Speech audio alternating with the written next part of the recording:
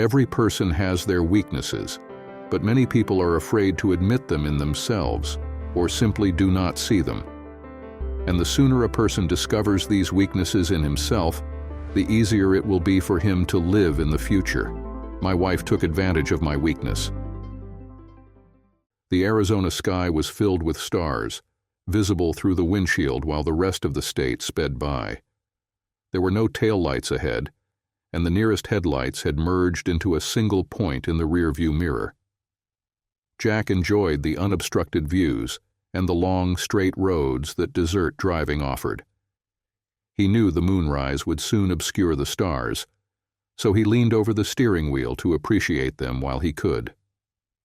Ancient cinder cones loomed on either side of the road, prompting his thoughts to drift to his ex-wife. He recalled the afternoon he discovered her in their bed with Peter. She claimed it wasn't what it seemed and insisted she had done nothing wrong. She questioned how he could not trust her after all those years, making it seem like he was to blame for the entire situation.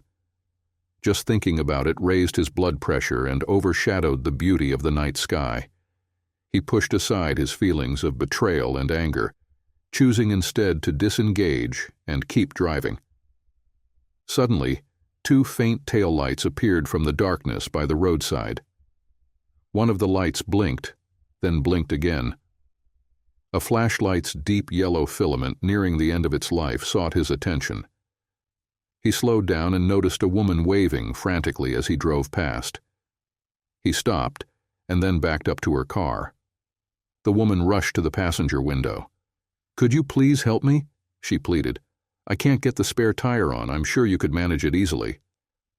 Jack couldn't ignore the desperation in her voice. He maneuvered his car behind hers, directing his headlights to illuminate the empty rear passenger wheel well.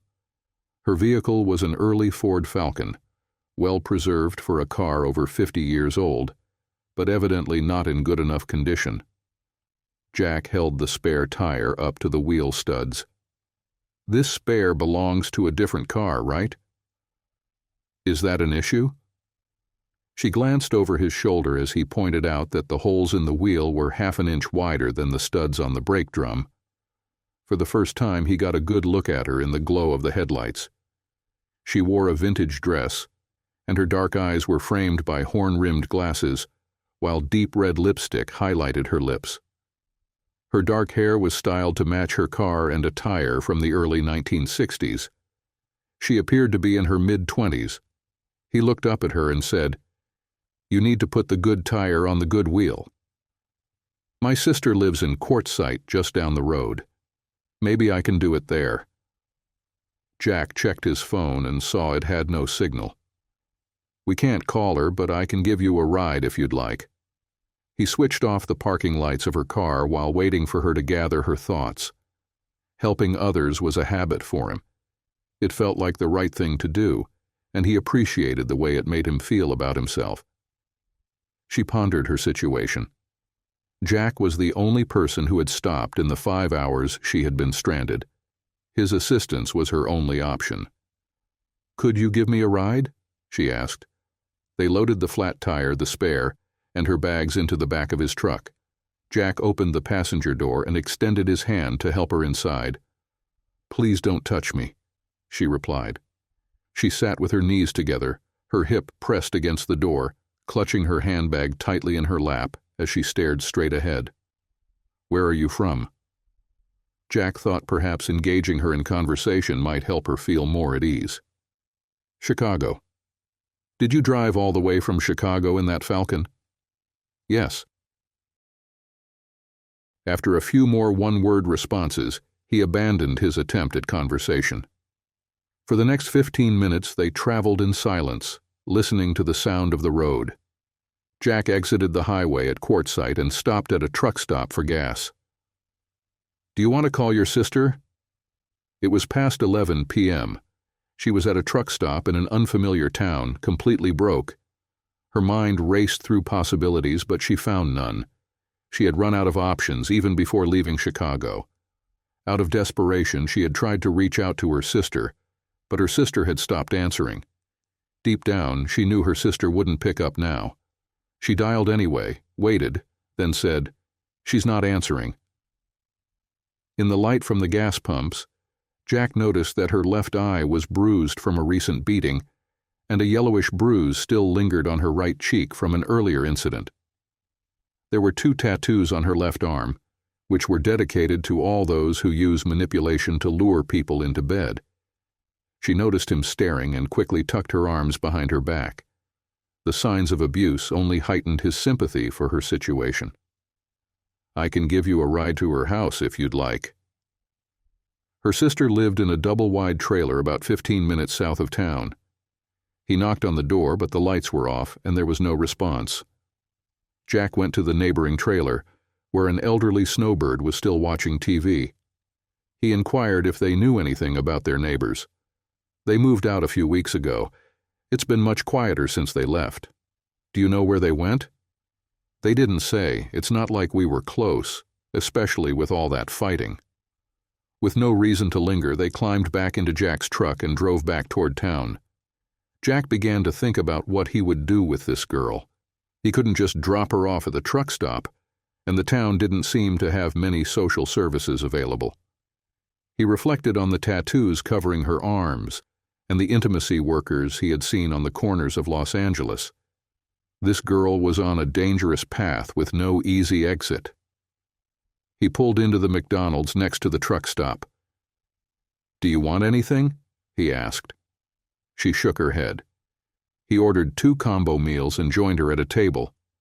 After taking a couple of bites of one burger, he said, "I guess I'm not as hungry as I thought. Do you want this?"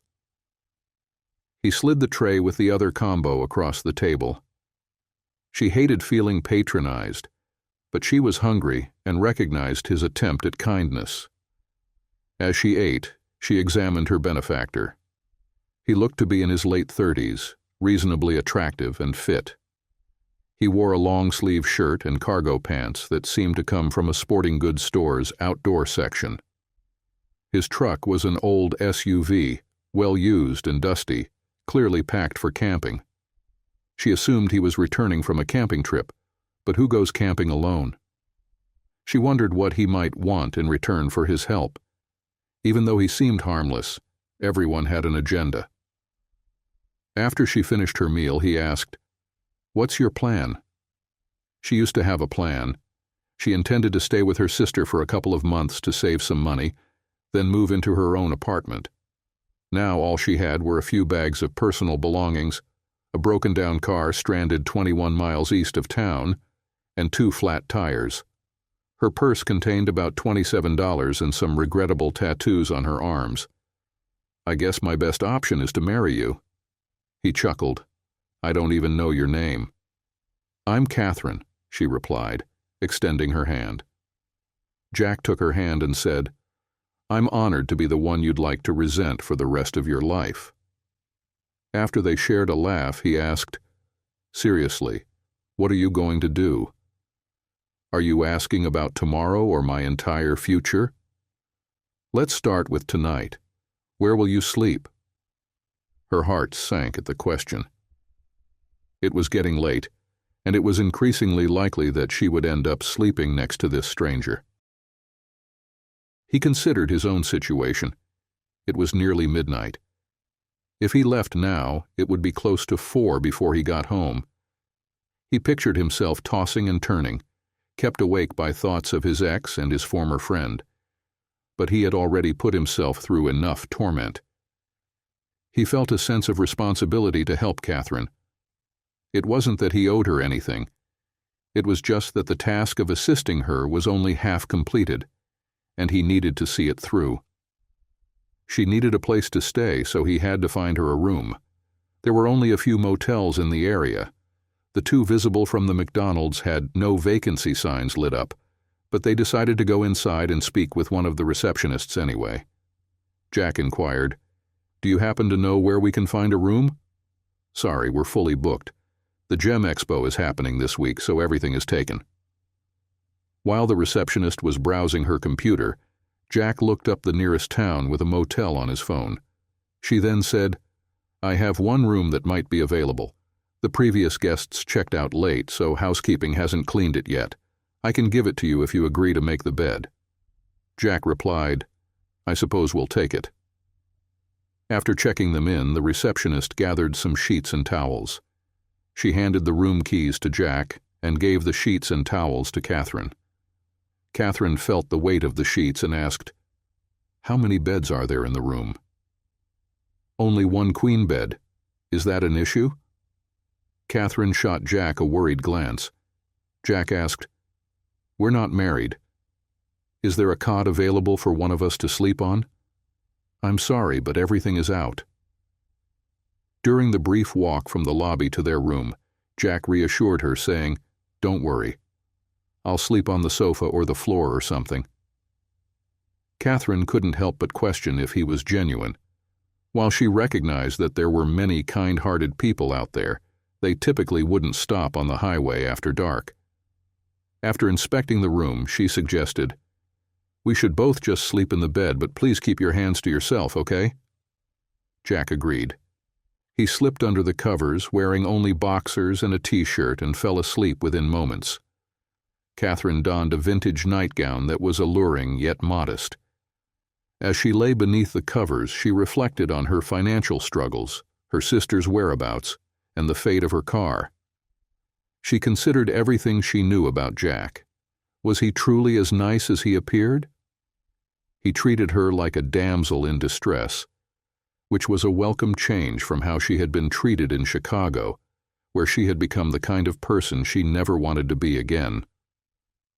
The room heater gradually filled the space with warmth, easing the chill in the air. In his sleep, Jack shifted and kicked off the blankets, rolling onto his back. A sliver of moonlight slipped through the blinds, casting a faint glow across the room. Catherine's gaze fell on Jack, and without warning, her mind was flooded with painful memories. She suddenly recalled the last time she had been in a vulnerable situation with a man, and the trauma of her past resurfaced. The memories, which she had tried to bury, surged up, overwhelming her with anxiety. Her breath became shallow, and she could feel the panic rising inside her. Needing space and time to collect herself, Catherine quickly changed clothes, grabbed her purse, and quietly left the room, closing the door behind her. The next morning, when Jack awoke, he found himself alone. Catherine's luggage remained by the door, and her toiletries were still in place by the sink. Her nightgown was draped over a chair, but there was no sign of her. Confused, Jack went through his morning routine, showering, shaving, and getting dressed. He turned on the local news and idled in the room for a while, still unsure of what had happened. He checked with the front desk for any messages, made sure his wallet and belongings were secure, and wondered where Catherine had gone. During his slow walk to breakfast, Jack noticed the Falcon's tires were still in the back of his truck. After eating, he got the tires fixed and spent some time in the motel room to pass the time. Around noon, he packed up her belongings into his truck and checked out. Before leaving, he asked the receptionist if she had seen a girl with offensive tattoos on her arms. No, but the police were asking if anyone had inquired about a missing girl. The police station was a sandy-colored building surrounded by a dusty lot. Jack approached the officer at the desk and asked if he knew anything about Catherine. Is that the word "to hell" he tattooed on her arm? Yeah, I guess that's her. The judge saw her as a flight risk, so her bail is set pretty high. Jack realized that his credit cards could just barely cover the bail. Wow, what are the charges? Soliciting possession of narcotics and resisting arrest. The harassment didn't match what Jack knew about Catherine, but resisting arrest didn't matter. What are the prohibited substances? Grass. This is not Colorado, you know, the policeman said. Catherine's mood was gloomy. The woman who was in the same cell with her gave her a bleak idea of where she might end up. After signing some papers and taking her purse, she was surprised to see Jack waiting for her, although she felt relieved that he was still there. They drove east to where her car was. From inside the truck, She watched as Jack mounted the wheel, lowered the jack, and put the tools in her trunk. She felt like she had finished a race long after it was over. Getting out of the truck, she said, "We're wasting our time. I don't have enough money for gas, and even if I did, I've got nowhere to go." The sun was shining brightly, but the air was cool. Jack sat down, thinking about what had been on his mind all morning. Finally, he said, "You don't trust me." "It's not that I don't trust you," Catherine replied. "I felt restless last night. I felt uneasy and decided to leave." "And what do you want to do now?" Jack asked. "Can I stay at your place for now until I get back on my feet?" Jack felt relieved. He was afraid she would ask for money, but it was something he could handle. He needed to get the bail money back so he could keep an eye on her. They filled up Catherine's car at the court site, and then she followed him to his apartment in Los Angeles. Her expectations of his apartment did not match reality. It turned out to be smaller and less cozy than she had imagined. The living room was cluttered with boxes, the walls were empty, and there was almost no food in the refrigerator. She took a shower, then took a nap and woke up to the cozy smell of soup and toast with cheese. "What's the situation with your apartment?" "I've only been divorced for a couple of months, so I haven't really had time to get things in order." "How long were you married?" 7 years. I think she was having an affair for the last 2, so those years were pretty rough, but it took me a while to realize what was going on." "Did you know the guy?" "Yeah, he was a friend of mine." "How did you find out?" "I had my suspicions, and little signs started adding up until I eventually caught them in bed together. I didn't want to believe it, but it was true." Jack took a spoonful of soup and then asked, "What's your story?" She stretched out her arms. "Does this give you any hints?" Jack gently took her arms, tracing his finger over the word "pissed" tattooed there, and asked, "How old were you?" "Far too young." "So, this was before the bruises?" Catherine nodded. "Do you have any family besides your sister?" Catherine shook her head, and Jack stopped asking questions. Catherine landed a job as a waitress at a retro-themed diner. She arrived at the interview dressed for the part and was hired on the spot. She picked up as many shifts as she could and saved up her earnings. Jack helped set up her room with the basics and even installed a lock on her door. Though she insisted she didn't need it, she gave him a quick kiss on the cheek once he was done. She decorated with some art, unpacked her belongings, and tried to make the place feel more like home. Their schedules didn't align well, but when they had time off together, he took her to see what he could of L.A. They visited Venice Beach, the Getty Museum, saw the Hollywood sign, and walked along the Walk of Stars. Deep down, she felt herself climbing up the hierarchy of needs. She no longer worried about where she'd sleep or what she'd eat, and her sense of security had returned. She was even starting to feel a sense of belonging. The girls at the diner accepted her as one of their own, and Jack treated her like a wild cat he was gently taming. She realized how easy it would be to take advantage of Jack. He let her live rent-free, stocked the cupboards, and didn't pry into her business. Back in Chicago, she might have taken more than her share, but that didn't feel right here and now. The bitterness that once consumed her was fading. She might even have been feeling happy. They returned to quartzsite the day before her trial. Her lawyer recommended that she plead guilty to the possession charges, but not guilty to the solicitation and resisting charges. He advised her to wear a short-sleeved shirt and pray for leniency from the court. Catherine had handled the reservations and checked them into the motel. Jack said, "Hey, this is the same room we stayed in last time." "It is. But there's only one bed." Catherine smiled and said, "And I only have one night. I could be behind bars tomorrow." After Jack set the luggage down, Catherine turned to face him and asked, "Why have you never tried to kiss me? You told me you didn't want me to." "That was the first night. It's been almost 2 months. You've had plenty of chances." Do you want the truth? Tell me. It would feel wrong. When you kiss me, I want it to be because you want to, not because you feel like you owe me. I want you to be independent, self-reliant, and in control of your own fate. I want you to kiss me for who I am, not because of what I've done for you.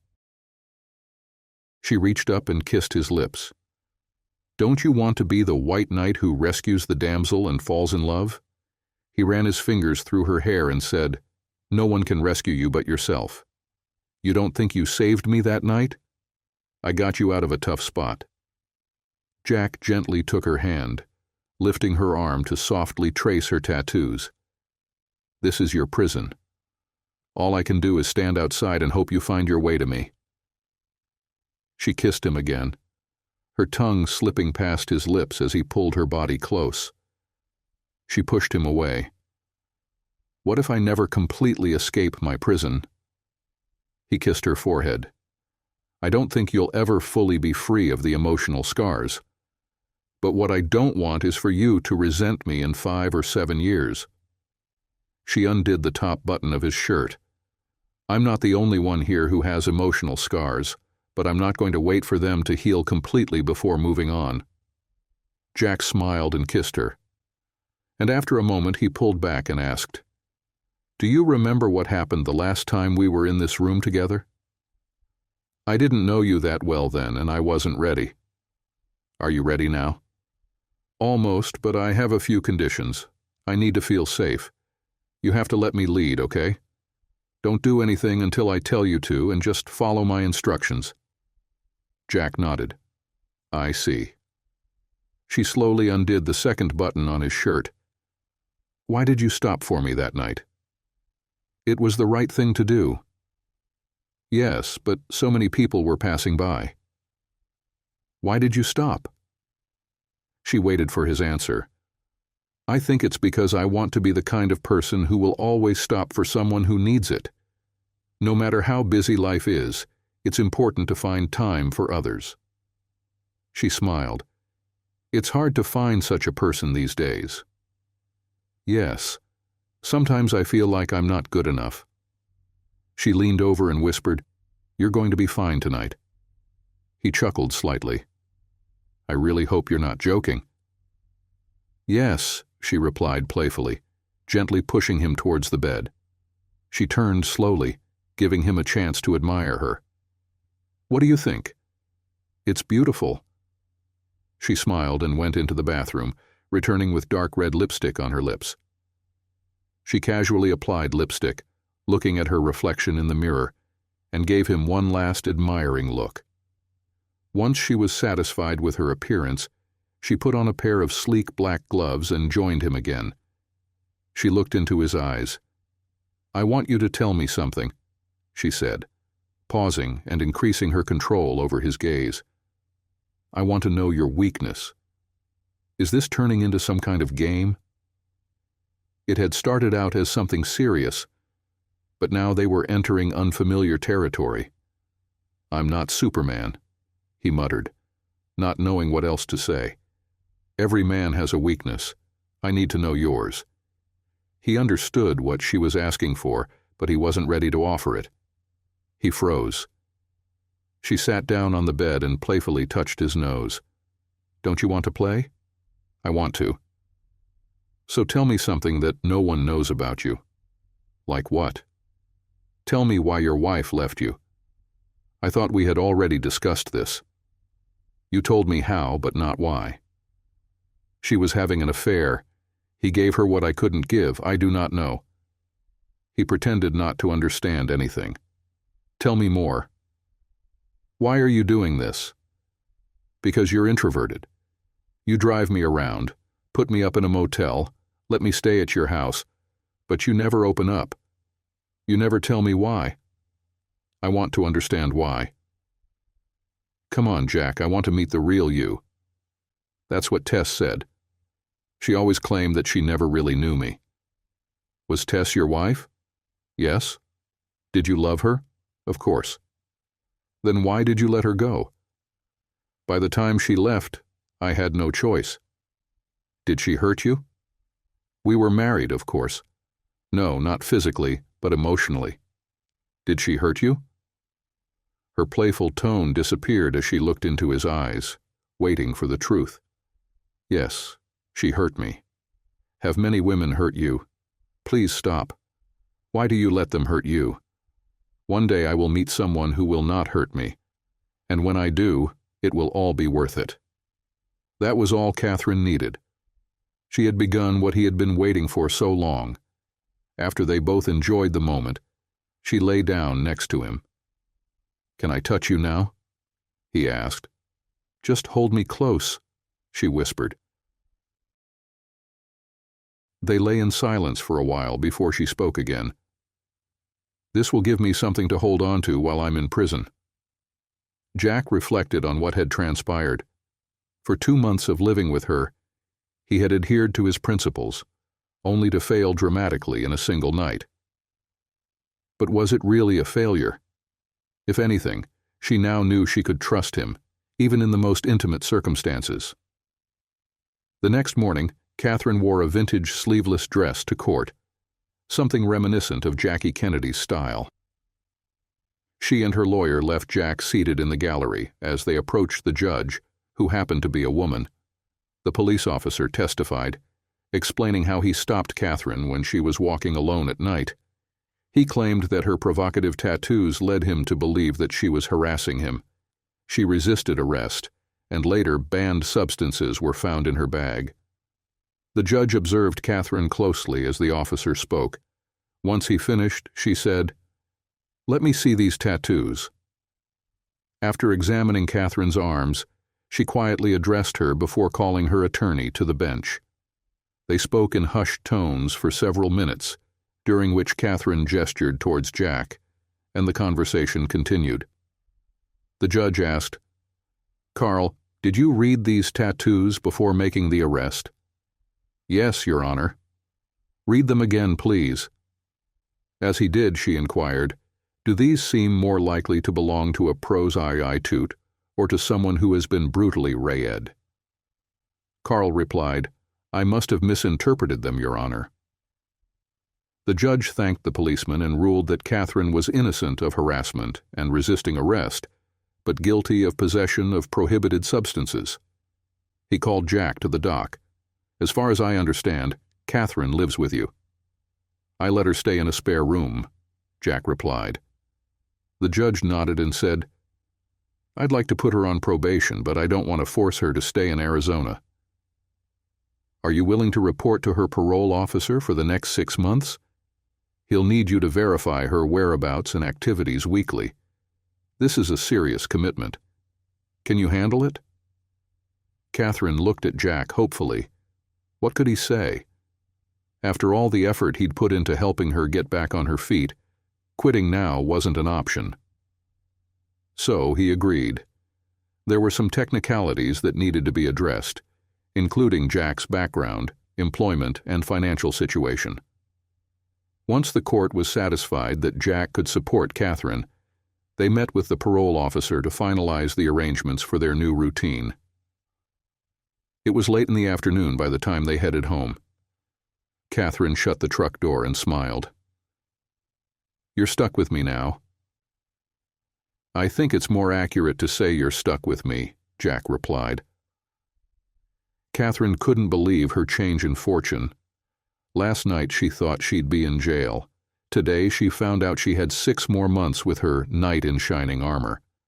And as a bonus, the intimacy was great, not because he did anything extraordinary, but because he played by her rules, which was what she needed most, at least for now. As Jack drove, he reflected on the past 2 months. He couldn't pinpoint a single decision that could have changed his current situation. Ignoring Catherine as she waved from the roadside had never been an option. Helping people was just part of who he was. After that, events seemed to unfold on their own. He couldn't leave her stranded at the gas station, at her sister's trailer, or at the police station. Now he was responsible for her for the next 6 months. Would 6 months turn into a year? Were they destined to spend the rest of their lives together? Jack glanced over and saw her looking at him. "I can't believe how lucky I've been," she said. "I'm happy for you," he replied. "But aren't you happy for us?" she asked. "I am, but I'm also worried that I might not be the person you need," he admitted. "I don't understand," she said. He gently touched her arm. "I think you do," he responded. The quiet of their drive was interrupted by a phone call. "Hello?" Jack answered via the truck's Bluetooth. "Hey, Jack, it's Mary." Jack and Mary exchanged small talk. From their conversation, Catherine could tell that Mary was a mutual friend of Jack and his ex. Mary was having a party and invited Jack, despite knowing Tess and Peter would be there as well. "I hadn't heard from you, so I thought I'd follow up," Mary said. Catherine's eyes lit up, and she nodded enthusiastically, mouthing the words, "Let's go." Jack shook his head. Mary added, "Tess promises to behave. She really wants to see you."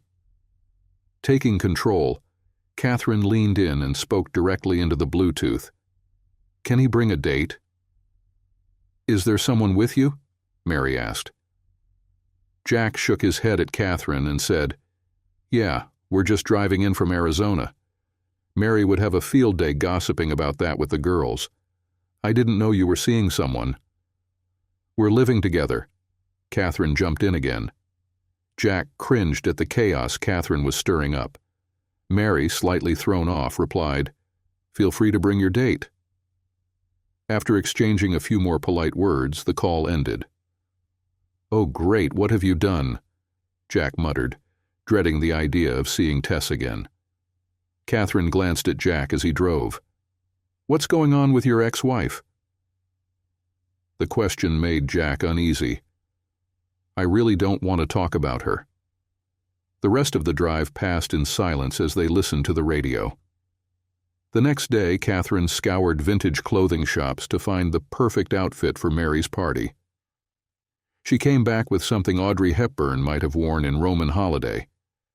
It had the long sleeves she needed, but was short enough to show off her legs.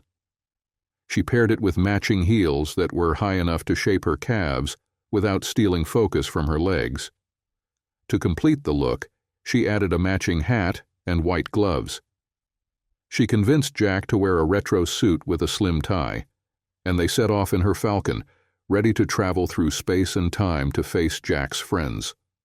When they arrived, the party was already in full swing. Catherine slipped her arm through Jack's and allowed him to lead her in. She straightened her impeccable posture and mimicked the walk she'd seen in her favorite Hepburn films. All she was missing was a long cigarette holder. The party was taking place in a bar room.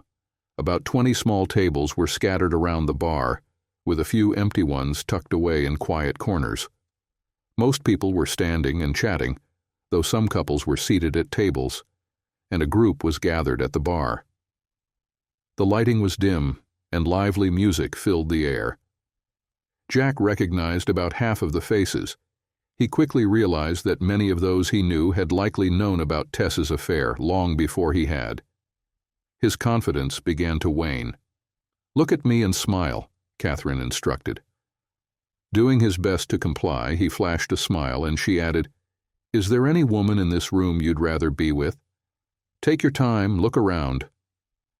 Jack scanned the room, spotting Tess, Mary, and a few other familiar faces. A couple he barely remembered stopped to greet him, and he waved to a few other friends before guiding Catherine to the bar, still glancing around. "Well?" she asked. "Everyone's looking at you," he replied. It was no mystery why. She looked stunning. "There's only one person in here that matters to me." This time, Jack gave her a genuine smile. While Jack waited in line at the bar, a young guy approached Catherine and introduced himself.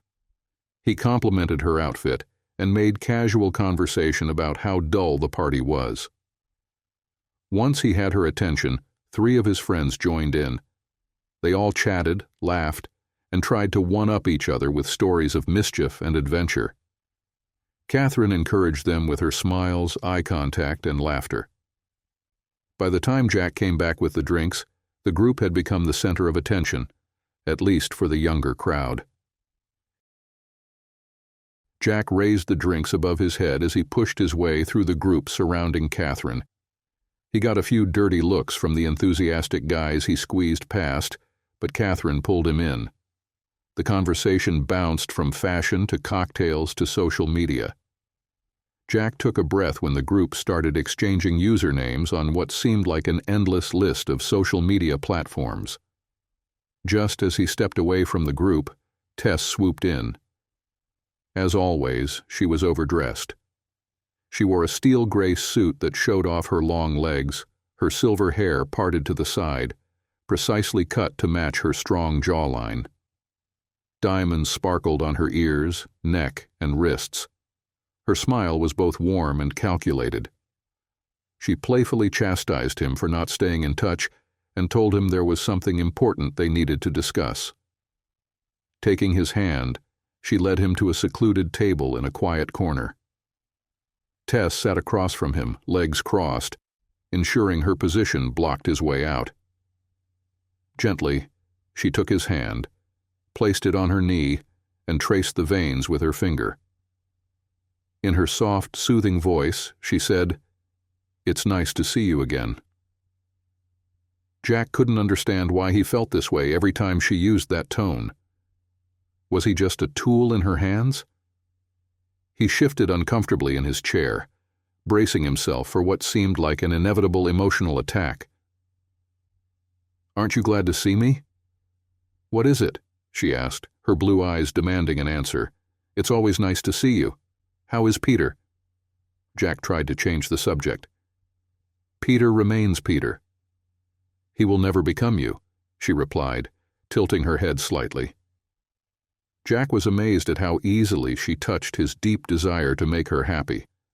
She squeezed his hand between hers and said, "I need to talk to you. Can you help me?" Jack couldn't refuse again when she asked for help. "You know I never meant to offend you, right?" She continued. "How can you say that? You had an affair. How can it be less painful?" She squeezed his hand again.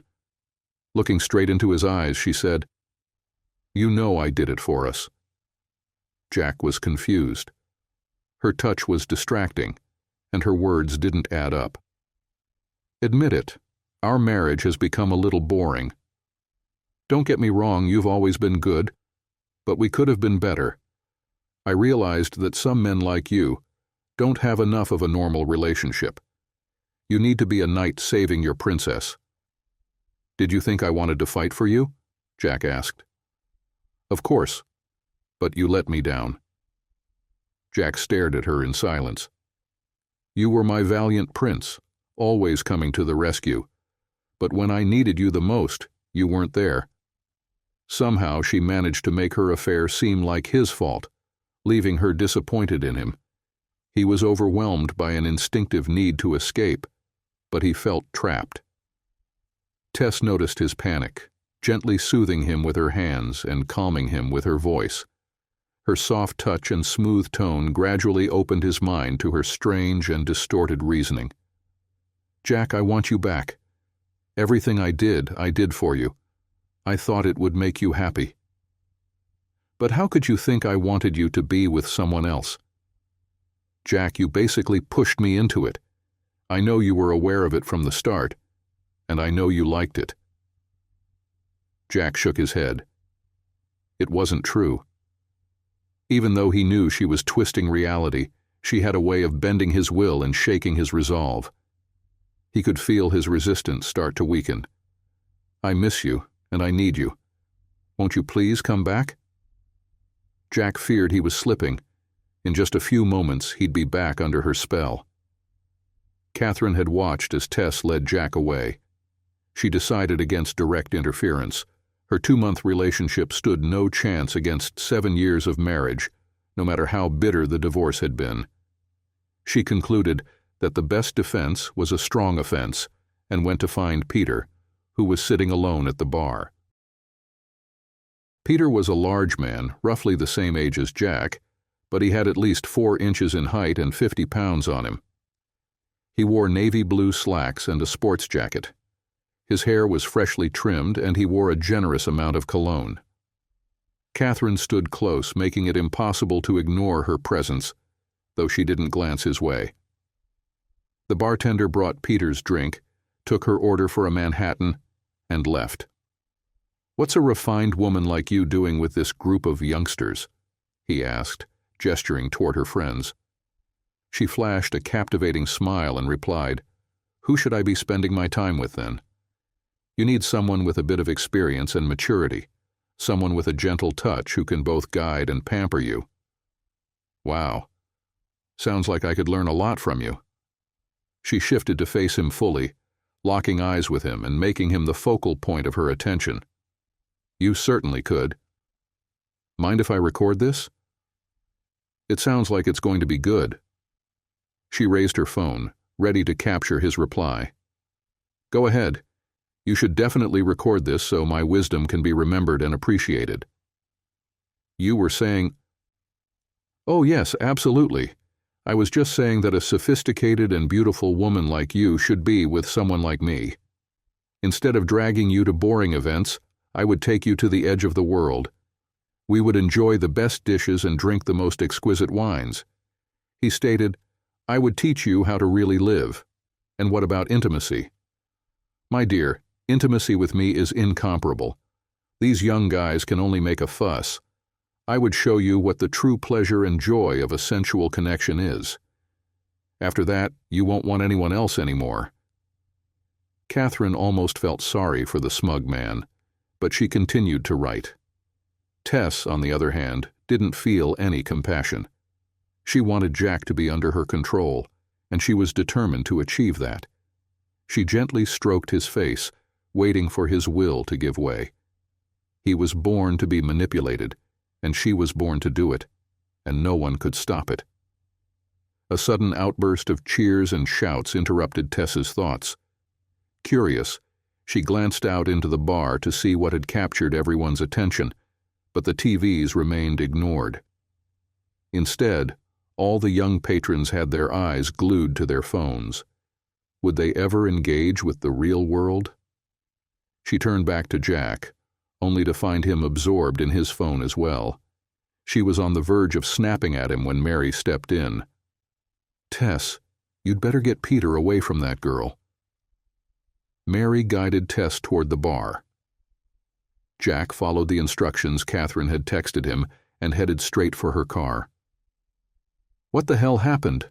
Jack asked as they pulled out of the parking lot. "I was going to ask you the same thing." Jack lowered his head. "I don't want to talk about it." "Oh, I know what happened. I just want to hear the details." "What do you think happened?" "She took your hand and led you somewhere quiet. She gently touched your arm, your hand, and your face, making it seem like she'd never wronged you. You believed her, even though deep down you knew better. Then she asked you to do something for her, something demeaning, something you'd never agree to under normal circumstances.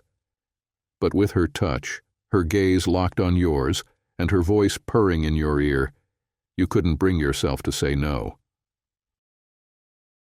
Jack wondered how she knew so much. That's classic male manipulation. Every shady woman in town knows how to do it. "I'm such a loser." "No, you're not. You had your guard up. You weren't even planning on going to the party, and you didn't respond to her invitation. I was the one who convinced you to go. It's on me." She went on, "What you don't seem to get is that you're naturally inclined to help people, especially women. Once people like Tess see that, they'll exploit it over and over. It's like a weakness, but with the right woman it's a gift." Jack gave a small smile. "At least there's some hope." "There's more than hope. You can be the person you want to be. You just can't do it with her." As she drove, the streetlights cast shifting shadows across her face, but her dark eyes and deep red lipstick remained constant. With each passing day, Catherine seemed to grow more alluring. Jack couldn't help but wonder how the girl he had met at the truck stop could be so strikingly beautiful. Was it her clothes, or had something deeper changed? Jack had just gotten into bed when he heard Catherine call from her room. "Jack, could you come here for a moment?" She was sitting up in bed, wearing the vintage nightgown he had seen before. She patted the spot beside her and said, "Come sit with me." He adjusted his boxers to make sure he was covered as he sat down. Catherine took his hand and examined it. She touched a scar near his wrist with her fingertip, then traced a line down the tendon to his finger. "I need you to help me understand what's going on. Will you help me?" "Of course." She smiled softly as she turned his hand over to study his palm. "I saw Tess in action today, but I didn't understand why she wanted to talk to you. Will you explain it to me?" "Please don't ask that." "Oh, Jack, don't be scared. I'm not going to hurt you." Catherine had always known Jack would be easy to manipulate, but after witnessing Tess's ruthless tactics, she realized just how tightly she held him in her grasp. Catherine decided to counter Tess's influence with a little manipulation of her own. "Please, please don't." "Can you help me?" Catherine said in a soft, confident voice. She was sure he would agree. He had no other choice. She gently stroked his hand. Her gaze was fixed on this action, but she was closely following his every move. "I don't see how this can help," Jack muttered, feeling increasingly embarrassed. He tried to correct his position, but she held his hand tightly. "It's okay. It's natural," Catherine said calmly, continuing to gently touch his arm, shoulder, and face, avoiding any hints of anything more. Jack could feel his emotions bubbling up inside him. The desire to please her was mixed with anxiety. Catherine had the same effect on him that Tess had once had. He thought he could trust her, but now he wasn't sure. "Did you feel something at the party today?" "What is it?" she asked. He didn't say anything. "It's okay. Just tell me it happened." She gently brushed a strand of hair from his face. Her touch brought a new surge of feeling to him. "Yes, I felt it. Every time she touches me." Catherine smiled. "Well done. Now tell me what you were talking about." Jack said nothing again. "You promised to help, Jack. Tell me what she wanted." Despite her gentle persuasions, he continued to resist. "Jack, I'm doing this for your good," she whispered, continuing to stroke his hand. Jack didn't want to reveal any of this to Catherine, but he couldn't refuse her.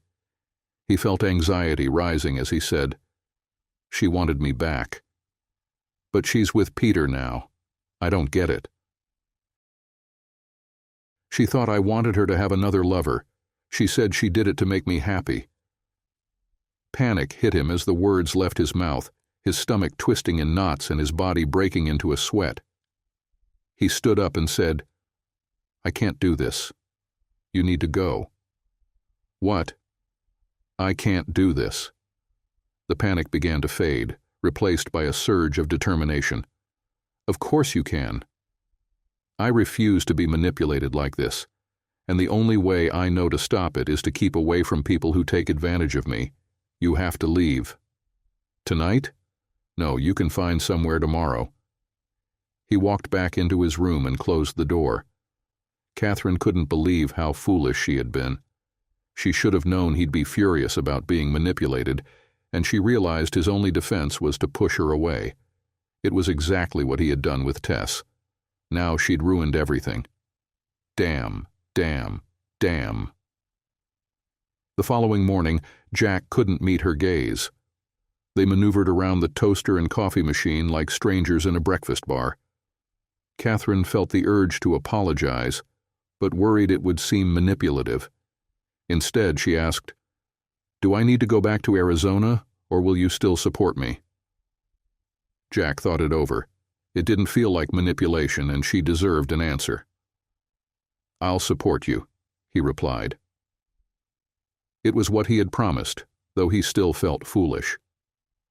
Later that day, she moved in with one of her co-workers. A few days later, Tess knocked on his door, barging in as soon as Jack opened it. "Can you control your bitch?" she snapped. Dressed in sweatpants and a sweatshirt with messy hair and no makeup, she looked worse than he'd ever seen her. "Good morning to you, too. Don't give me that crap. Where's that little girl of easy virtue?" Tess stormed through Jack's apartment. "What's going on?" "Oh, like you don't know." "Humor me."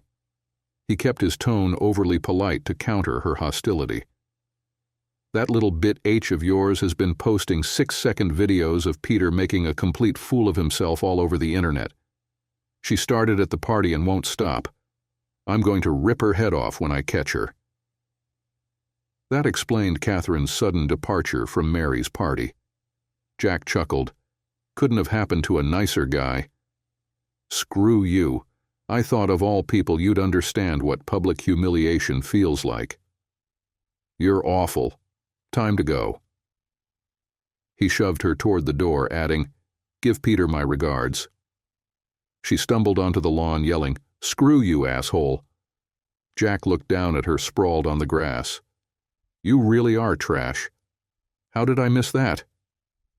The look on her face said she knew he was done for good. He shut the door without a backward glance. That evening, Jack found the videos online. Humiliating didn't begin to cover it. It was bad enough that Peter was cheating on Tess and making a second attempt to hit on Jack's girlfriend, but he was completely clueless about the situation. Peter mistook Catherine's sarcastic smile as interest and arrogantly insulted everyone around him. But the worst part?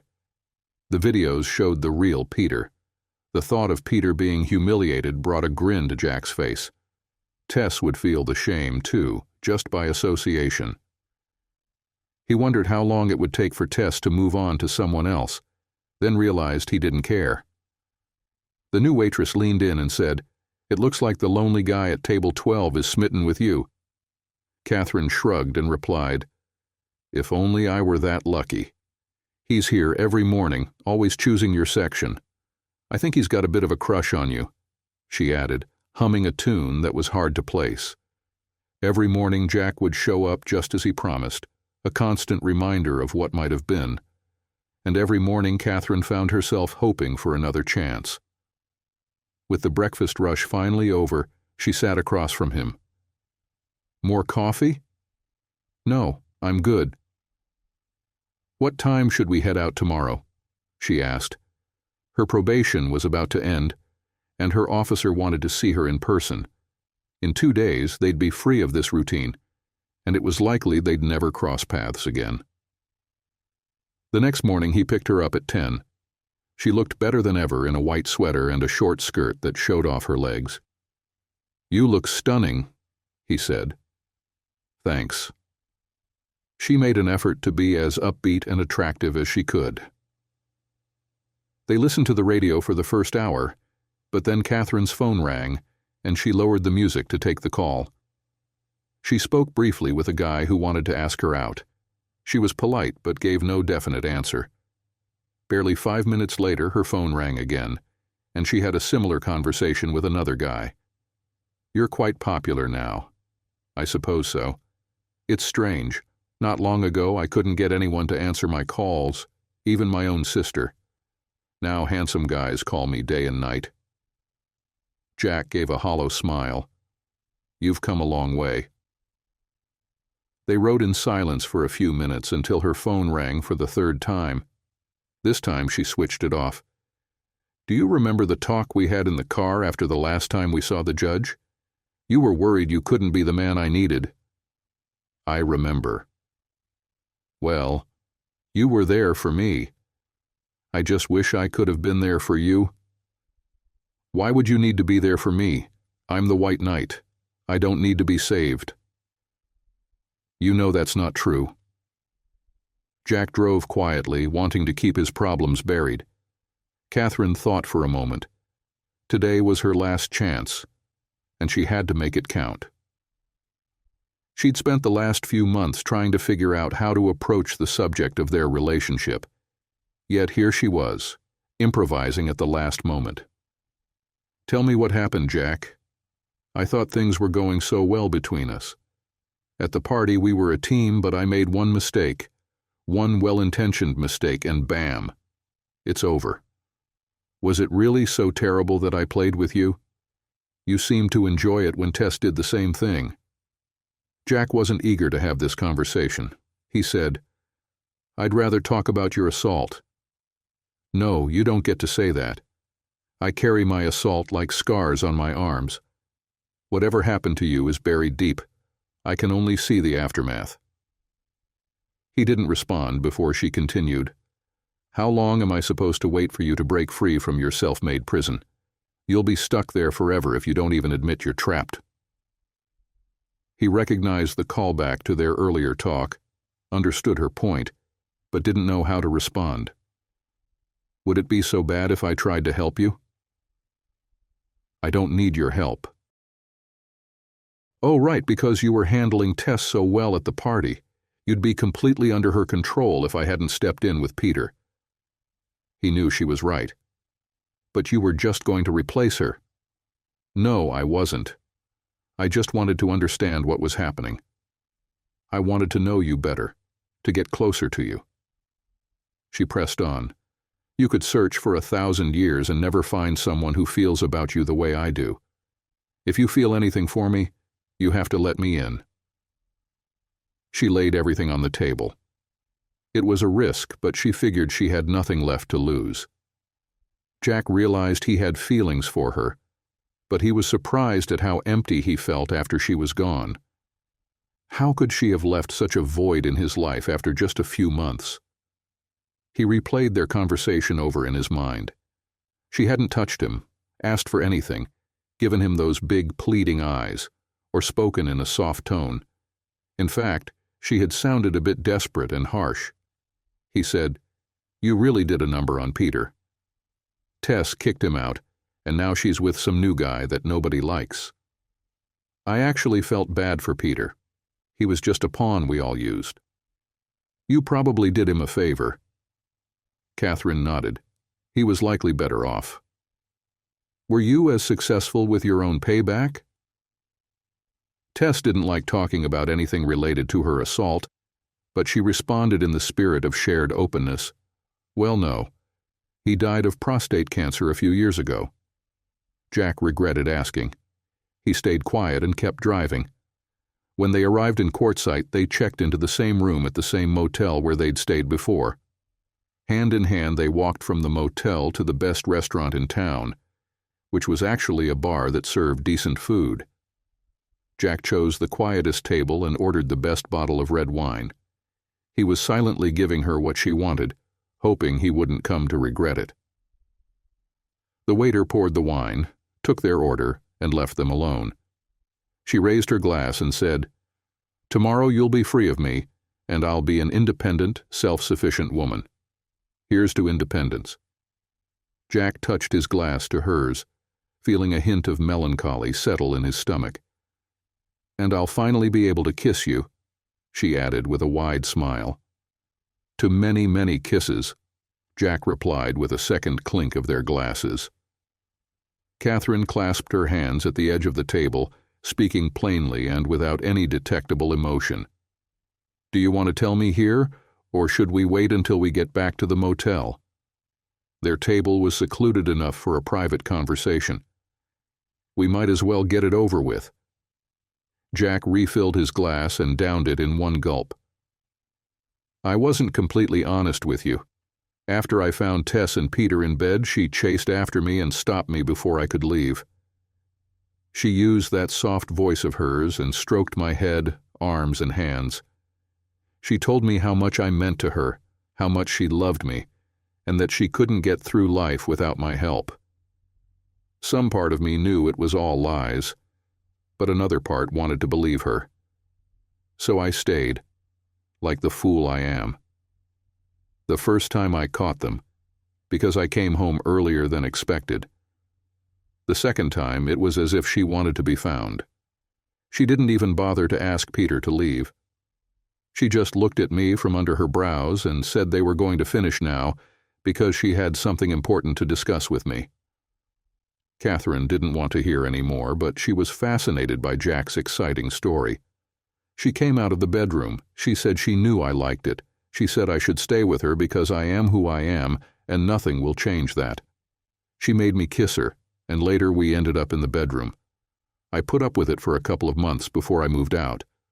We got divorced a few months later. She attacked you. No, that doesn't mean I couldn't just get up and leave. But that's exactly how it is. You couldn't. You were powerless, and she took advantage of you. This is abuse by any definition. Jack couldn't bring himself to admit it. No, that wasn't the point. I was just weak. I let her do it. You sound like a victim.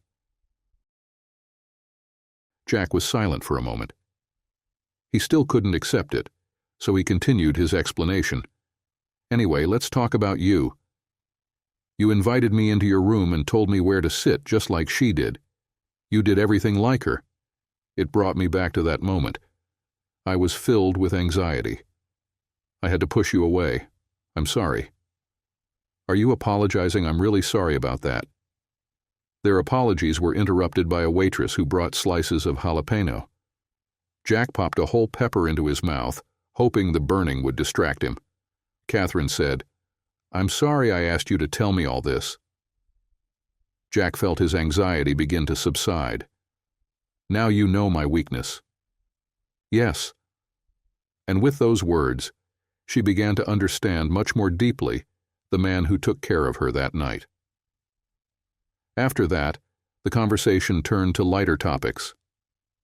Over dinner, they talked about her job at the diner, the problem with the snack in his Falcon, and the home repairs Jack hoped to do. On the way, Jack picked up another bottle of wine for their motel room. He hugged her and said, "There's something else I have to tell you. Until the night I found you, I thought about Tess every minute. But since that night, I've only been thinking about you." Upon hearing this, Catherine was sure that he had returned to her. She was overjoyed. When Jack opened the door, they had barely entered the room before she playfully pushed him onto the bed. They drove each other crazy. It was incredible. Thinking about what had just happened, he realized that she was right. He couldn't hide from women forever. She could hurt him, but he felt he could handle whatever happened. She bent down, covering his face with kisses before lying down next to him, putting her hand on him. He lifted her arm and examined the tattoo. "I hate my tattoos." He ran his finger over her skin. One of them says, "I don't love myself, so you'll never love me." And on the other, "I'm stuck in the past." I think of them as rough edges. They are not smooth or polished, but that is where the glue holds the strongest. He took her hand firmly in his. She kissed him on the cheek. "They may no longer be true, but if that's where the glue stays, I'll keep them." The following morning, they met with her parole officer. After a brief conversation, he handed her some papers to sign. Within minutes, he said, "Congratulations, your parole is officially over." As they got into his truck, she asked, "Can we go to the place where we first met?" "Of course," Jack replied, heading east. It was a beautiful fall day in the desert. The cool morning air had already started to fade as the midday heat rolled in. Jack drove with his elbow resting out of the window, the way people used to before cars had air conditioning.